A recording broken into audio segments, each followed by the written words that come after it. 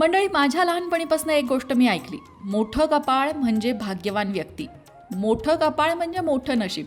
आणि माझी खात्री आहे हे तुम्ही सुद्धा ऐकलं असेल. पण हे खरंच नुसतं म्हणायचं म्हणून असतं की यामागे खरंच काही शास्त्र आहे, लॉजिक आहे? चला बघूया.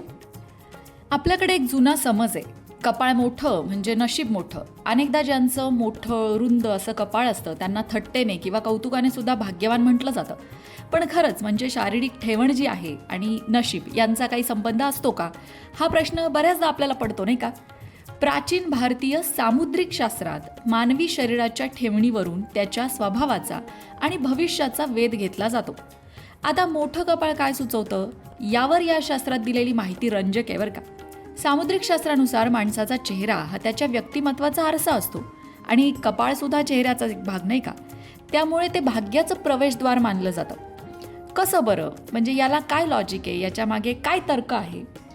तर त्या सामुद्रिक शास्त्रात असं सांगण्यात आलंय की मोठं कपाळ म्हणजे उत्तम बुद्धिमत्ता आणि निर्णय क्षमता. ज्या व्यक्तींचं कपाळ रुंद आणि मोठं असतं त्यांच्याकडे विलक्षण बुद्धिमत्ता असते असं शास्त्र सांगतं. अशा व्यक्ती केवळ स्वप्न पाहत नाहीत तर ती प्रत्यक्षात उतरवण्यासाठी लागणारं नियोजन आणि संयमसुद्धा त्यांच्याकडे असतो. कपाळाचा मोठेपणा हा त्यांच्या बौद्धिक विस्ताराचं प्रतीक मानला जातो.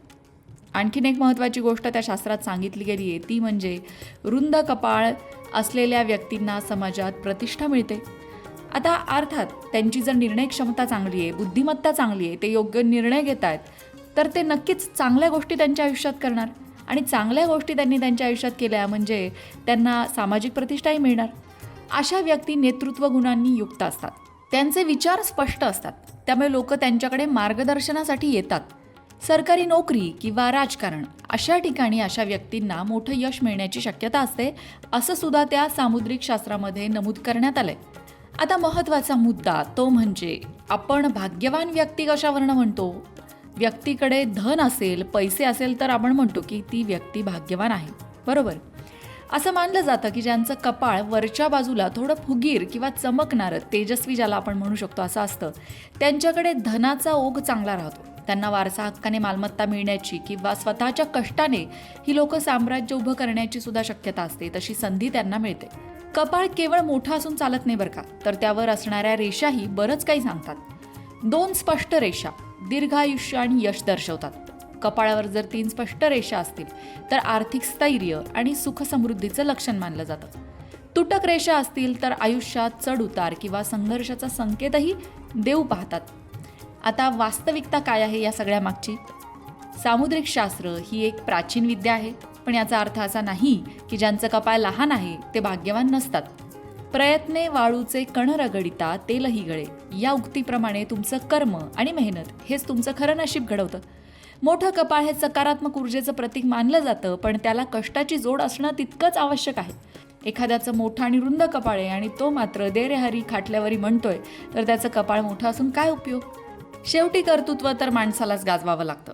हो, पण आपण असं म्हणू शकतो की या शास्त्रांमध्ये असं सांगितलंय, जर एखाद्याचं कपाळ मोठं असेल, रुंद असेल, तर त्याला चांगल्या संधी मिळू शकतात बाबा. पण आता त्या संधींचा तो फायदा घेणार आहे की नाही, की संधी दवडून टाकणार आहे, हे मात्र त्या व्यक्तीच्या हातातच आहे नाही का? नाहीतर दैव देतं आणि कर्म नेतं.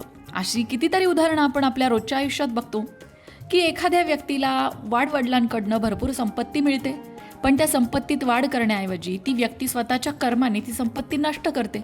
मग आपण म्हणतो की अरे, याचा जन्म सोन्याचा चमचा तोंडात घेऊन झाला होता, याच्या जन्माच्या वेळी फार श्रीमंती होती यांच्या घरात. पण आता बघा, याला काही कर्तृत्व गाजवता आलं नाही आणि वाडवडिलांची संपत्तीसुद्धा यांनी कर्जबाजारी होऊन बुडवली. थोडक्यात काय, ग्रहांचं पाठबळ त्याचबरोबर नशिबाचं पाठबळ तुमच्या मागे कितीही असलं, पण तुमची जर कर्म चांगली नसली तर मात्र तुमच्या आयुष्यात येणाऱ्या चांगल्या संधीसुद्धा तुम्ही दवडता. आणि या उलट जर तुमच्याकडे आयुष्याकडे बघण्याचा एक सकारात्मक दृष्टिकोन असेल तर तुमच्या भोवती परिस्थिती कितीही प्रतिकूल असू द्या, कष्टाची असू द्या, तुम्ही त्यातनं तुमचं आयुष्य घडवता, भविष्य घडवता. कितीतरी हालाकीच्या परिस्थितीतून आलेले विद्यार्थी IAS IPS ऑफिसर झाल्याचं आपण बघतो. कारण जरी त्यांच्या जन्मताच परिस्थिती प्रतिकूल असली तरी त्यांनी हार मानली नाही आणि योग्य वेळी योग्य ते निर्णय घेऊन कष्ट आणि प्रयत्न करत गेले.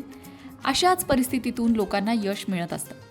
म्हणजेच काय, तर आयुष्याकडे बघण्याचा आपला दृष्टिकोन सकारात्मक हवा, चांगला हवा, संवेदनशील हवा, म्हणजेच त्यातून आपण एक उत्तम व्यक्ती म्हणून घडत असतो.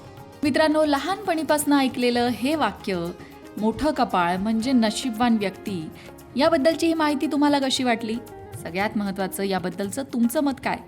जरा फार वेगळं आणि इकडं तिकडे असू शकतं, पण जे काही मत असेल ते कमेंट बॉक्समध्ये नक्की नोंदवा आणि माहिती कशी वाटली ते सुद्धा सांगा. अशाच प्रकारच्या माहितीपूर्ण व्हिडिओंसाठी लोकमत भक्ती चॅनलला सबस्क्राईब करा आणि बेल आयकॉनवर सुद्धा क्लिक करा, म्हणजे आमच्या नवनवीन व्हिडिओचं नोटिफिकेशन तुम्हाला मिळत राहील.